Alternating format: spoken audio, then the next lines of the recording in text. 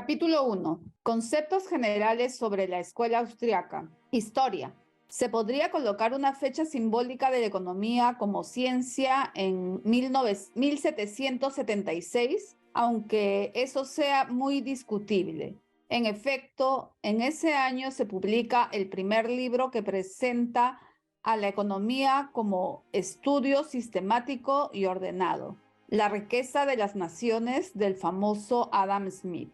Nace entonces la escuela económica clásica. Acá viene la primera introducción.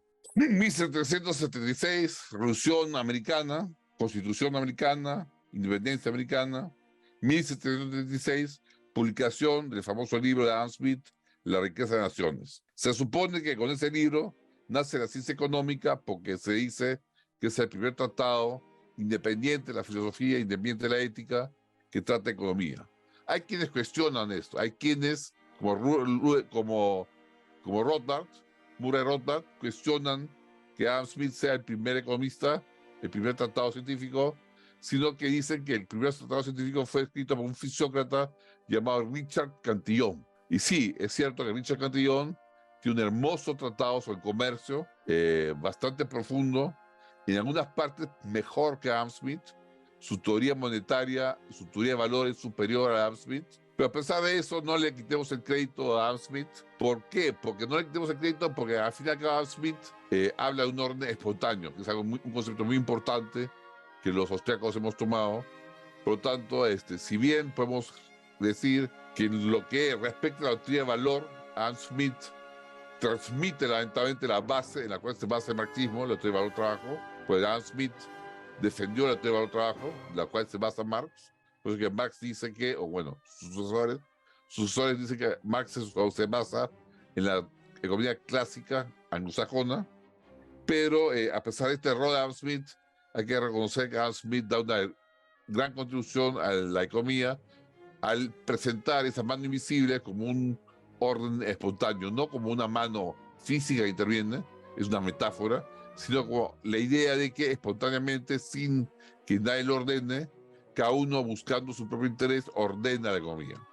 Ojo, que ese ordenamiento ocurre dentro de ciertos marcos jurídicos, es muy importante. Pero a pesar de los grandes aciertos de dicha escuela, principalmente comercio exterior y su filosofía social subyacente, había algunos problemas. Veamos cuáles fueron.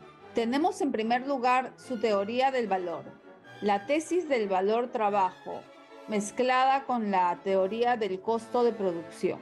Como demostraremos más adelante, dicha tesis, las cosas valen porque se las trabaja, el valor de las cosas surge del trabajo en ellas contenido, estaba errada al no considerar el carácter subjetivo de toda valoración. Pero lo que ahora nos interesa destacar es que tal concepción fue la que permitió dar un apoyo supuestamente científico errado, obviamente, a Marx para elaborar su teoría de la plusvalía y sustentar con ella su teoría de la explotación. Ahí veamos. Esa tesis de la teoría del valor-trabajo, que después Karl Menger, en el año 1871, con su revolución marginalista, demostró que era errada, demostrando las ventajas de la teoría subjetiva de valor, o sea, explicar el valor de cambio a partir del valor de uso marginal, la utilidad marginal y la escasez del bien.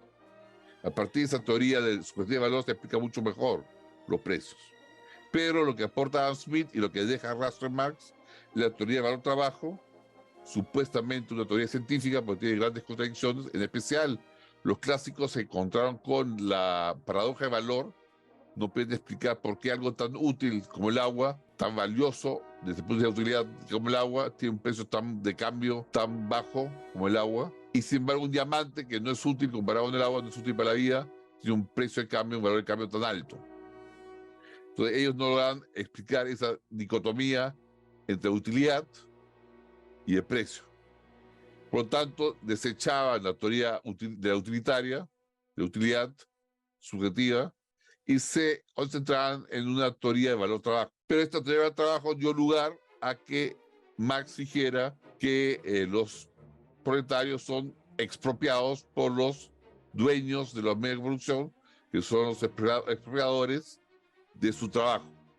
¿Cómo así? Si realmente la teoría del valor trabajo fuera cierta, entonces Marx tendría razón. Lo que pasa es que no es cierto. Y eso lo demuestra Karl Menger con su teoría de valor subjetivo de trabajo. ¿Qué dice la teoría de valor trabajo? Que toda mercancía tiene valor porque, en cierta manera, congela trabajo en ella. Y lo único que produce valor es el trabajo, dice el marxista, Marx. Entonces, cuando hay un proceso de producción, por más que yo tenga equipos, por más que yo tenga insumos, eso no agrega valor. Lo que agrega valor es el trabajo, la mano de obra.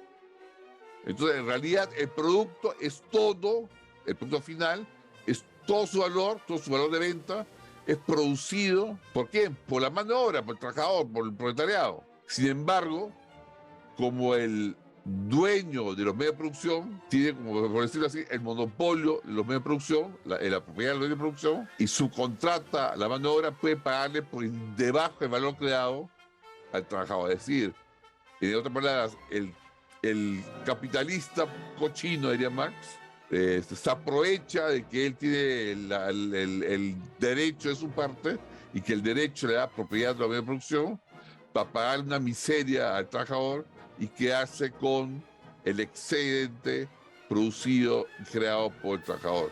Y así es como el capitalista se apropia de la plusvalía del proletario, del trabajador. Por otra parte, se incluía también en el análisis del valor de los bienes la utilidad objetiva de los mismos.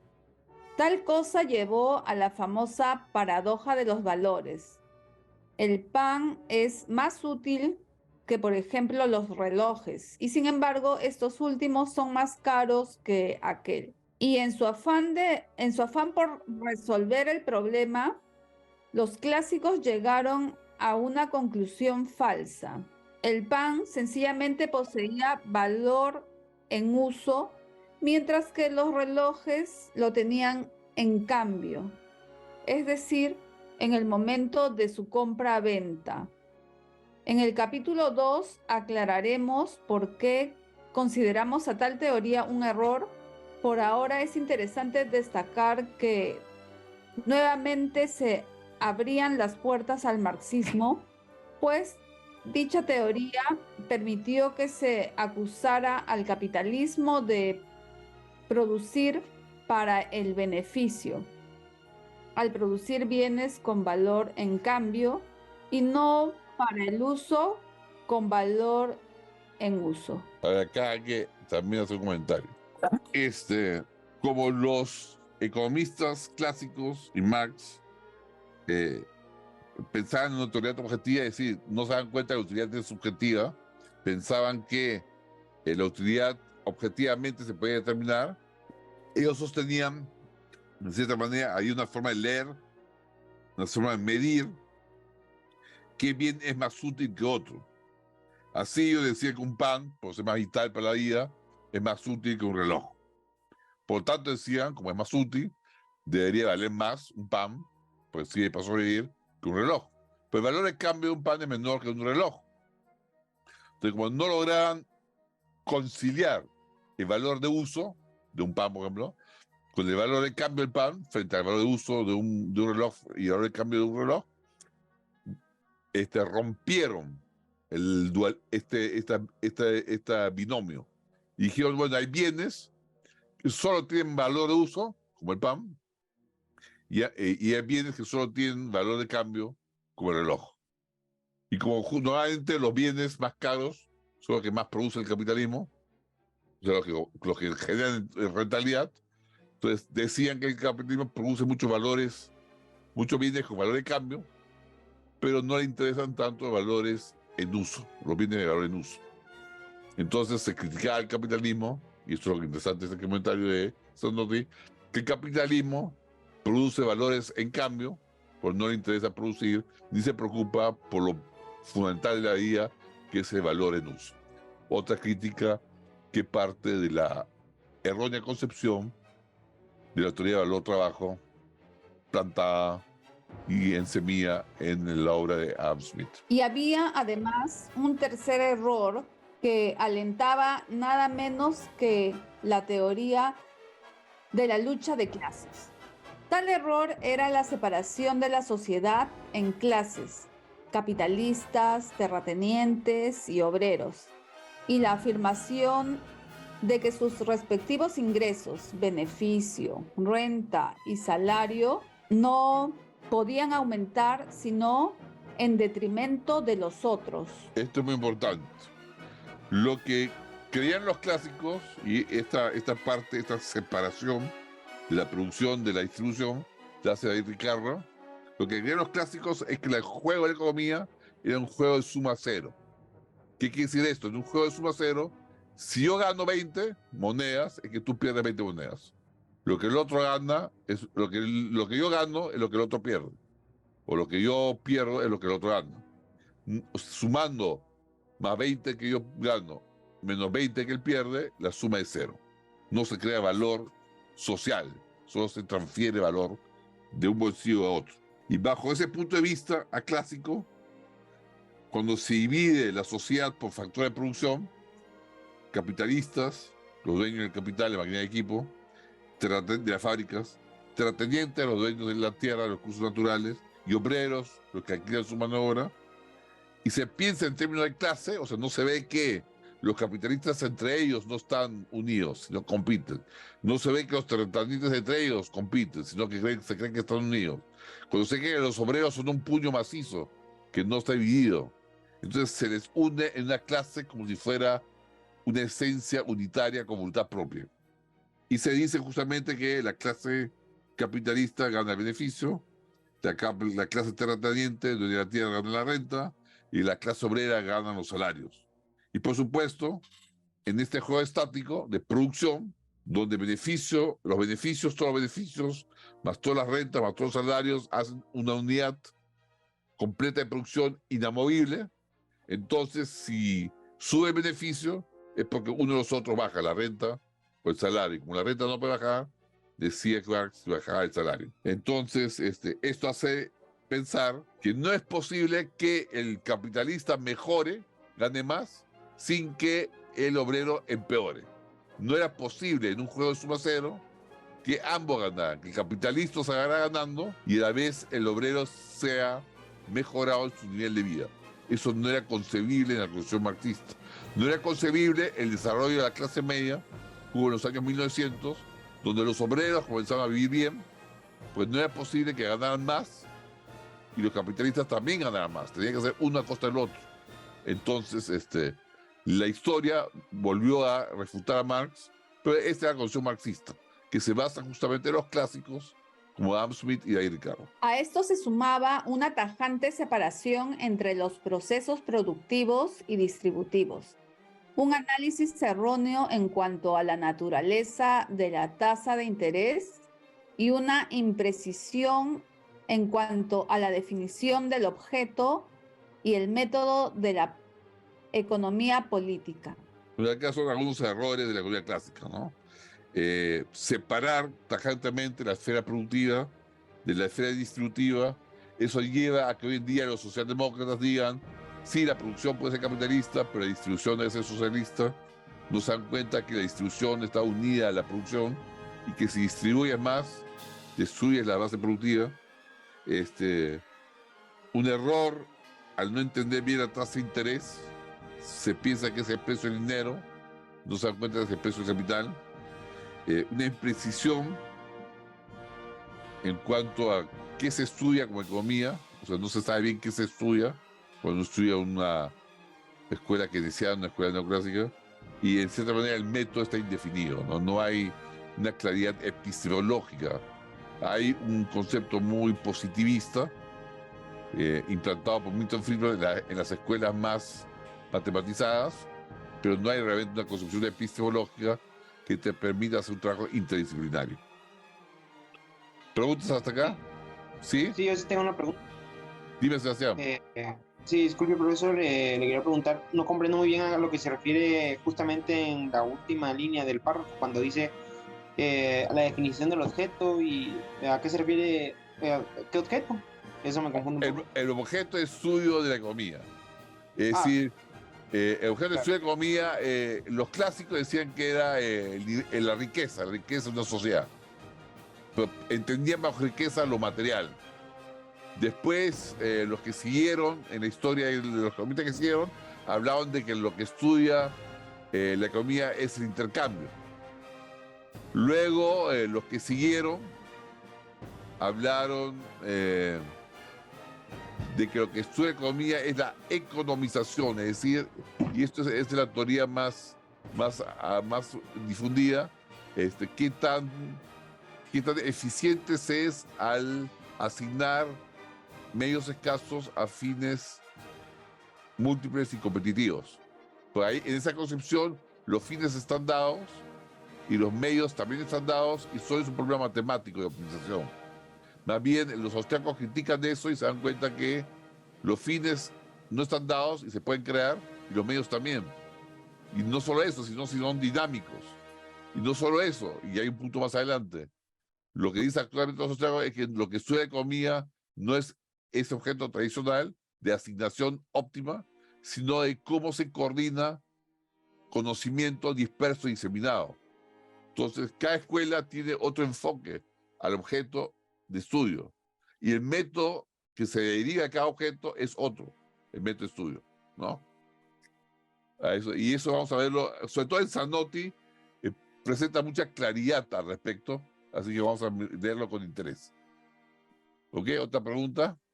Sí, yo tengo dos preguntas como más para clarificar. Si puede explicar qué es lo que significa epistemología por un lado y qué es lo que significa positivismo como metodología. Ya, a ver, comenzamos por epistemología. A ver, la gnosología, gnosis es conocimiento, es el estudio del conocimiento. Son todas las teorías previas al desarrollo de la ciencia natural, de cómo el ser humano conoce y llega al conocimiento. Después de que se desarrolló la gnoseología y se descubrió la ciencia moderna, ese término gnoseología cambió a epistemología. Episteme es conocimiento sistemático o conocimiento sistematizado, logía, estudio. O sea, el estudio de ese conocimiento sistematizado es el conocimiento que estudia qué es lo que hace que el conocimiento sea conocimiento. Vuelvo a repetir. La epistemología es el estudio o el conocimiento acerca de qué hace, o sea, qué características debe tener el conocimiento para que sea considerado conocimiento, para que sea considerado ciencia. ¿Qué es lo que hace que una ciencia sea ciencia y no filosofía, por ejemplo, y no literatura, y no arte? ¿Qué es lo que hace la ciencia que se define como ciencia? Eso es epistemología. Y justamente una de las primeras teorías epistemológicas fue el positivismo, que decía que ciencia es todo aquello que se puede comprobar empíricamente. Como decía, el positivismo y también el neopositivismo es aquella filosofía epistemológica que considera que lo único que es ciencia, lo único verdadero, es lo que se puede probar empíricamente. Después de esa teoría positivista, vinieron críticas de parte de Popper y de parte de Thomas Kuhn y de parte de Lakatos. De justamente, les pongo un ejemplo, se llega a demostrar que lo que muestra empíricamente una ciencia natural no es una verdad, sino es una conjetura temporal. Por ejemplo, en el sistema ptolemaico, donde la Tierra era el centro del universo, ciertas leyes eran las conjeturas que se consideraban verdad. Pues se descubrió que era una conjetura. Cuando se pasó al sistema copernicano, donde el Sol es el centro de la Tierra, se descubrieron las leyes newtonianas y se descubrió que había otras conjeturas que decían que era verdad, porque son conjeturas temporales. ¿Por qué? Después vino la ley de Einstein, la teoría de la relatividad de Einstein, y se mostró que las leyes de gravedad, las leyes de tiempo, espacio, de Einstein, de Newton, no eran verdades absolutas, sino relativas, eran conjeturas, o sea, verdades temporales, provisionales, por lo tanto no se les puede llamar verdad, porque la verdad tiene que ser eterna, por lo tanto se llaman conjeturas. Y así se llegó a la conclusión que lo que hace una ciencia, y ese es el método hipotético deductivo, lo que hace que una ciencia sea ciencia es que a partir de un modelo se deduce una hipótesis o se predice una hipótesis y esta se contrasta empíricamente. Esa era la crítica de Popper al positivismo. Pero ahí no queda. Thomas Kuhn, después de eso, dice que ese método de contrastar está sometido a un paradigma, una visión, a una cosmovisión del mundo. Y que una cosmovisión es la telomeica, otra cosmovisión es la newtoniana, otra cosmovisión es la de Einstein. Y que entre ellas se contradicen.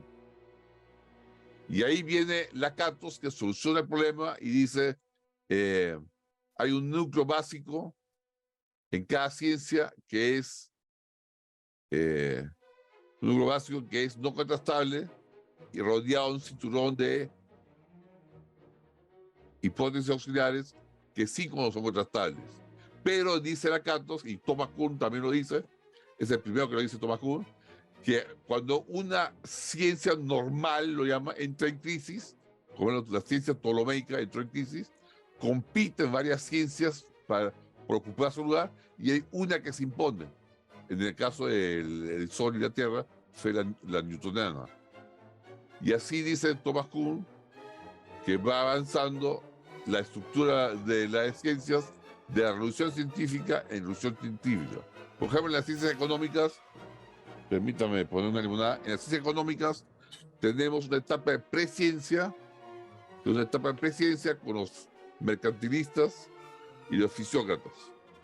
Luego viene la primera ciencia normal de la economía, que es la economía clásica, que es la que estábamos comentando acá con Zanotti. La economía clásica justamente entra en crisis a raíz de estas críticas que está haciendo Zanotti, sobre todo de la teoría de valor-trabajo. Entra en crisis, la paradoja de valor la pone en crisis, y hay una revolución científica que la realizan los marginalistas.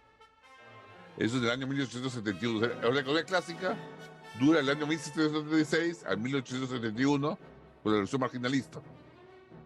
Una vez que se da la revolución marginalista, se impone la economía neoclásica, que es de 1871 hasta 1930, donde hay una anomalía. Una anomalía es una observación que no cuadra con la teoría, que contradice la teoría.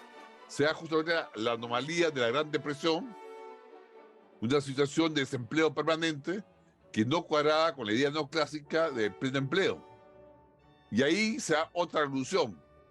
Se da la revolución keynesiana, y luego se impone una nueva ciencia normal, que es la síntesis neoclásica keynesiana, el famoso modelo ISLM, que se impone desde los años 1930, hasta los años 1970, donde nuevamente será una anomalía. Se observa la estanflación, más se ofrece la recesión con inflación, que dentro del modelo de ISLM, modelo de síntesis keynesiana y neoclásica, no es concebible. Es una anomalía, es algo que teóricamente no podemos explicar. Y ahí se da una nueva revolución, que es la revolución monetarista. Y la revolución monetarista es seguida por una nueva ciencia normal, que es la nueva macroeconomía clásica, que es la que dura de 1970 hasta 2008, donde hay una nueva anomalía, que es la crisis subprime de 2008, y actualmente estamos en una disputa entre austriacos, postkeynesianos, estructuralistas, strafarianos, marxistas. Parece, lamentablemente, que el que se ha impuesto es el maestro viejo, ¿no? El maestro Keynes. Pero estamos ahí luchando los austriacos por ocupar un lugar y ser reconocidos. Ahí se resumió brevemente la historia del pensamiento económico desde la presencia mercantilista y fisiócrata hasta la actualidad. ¿Ok? Y todo ese estudio de cómo evoluciona la ciencia, es estudiado por la epistemología. ¿Ok? ¿Preguntas? Buenísimo. Entonces, sí, solo para resumir, porque hizo Ya estamos a la hora, ¿no? Sí, porque se disgregó un poco del tema. Epistemología era entonces la forma en la que se estudia cómo se adquiere el conocimiento, y el positivismo era la metodología de estudio de una ciencia o de una cosa en general, de un fenómeno en el que sí, se usa digamos, el método científico, el método de laboratorio, como co- para... correcto, correcto. O sea, la epistemología es el estudio que hace que una ciencia sea ciencia y el positivismo es una de las respuestas de qué es lo que hace una ciencia sea ciencia. Hay otras respuestas, no hay respuesta de Kuhn, de Popper, de Lakatos, sí, correcto. La respuesta del positivismo es la respuesta de Nicolás Carpenter, ¿no? Carpenter, que me olvidé el nombre, Carpenter, creo que es Carpenter, una cosa así se llama el filósofo.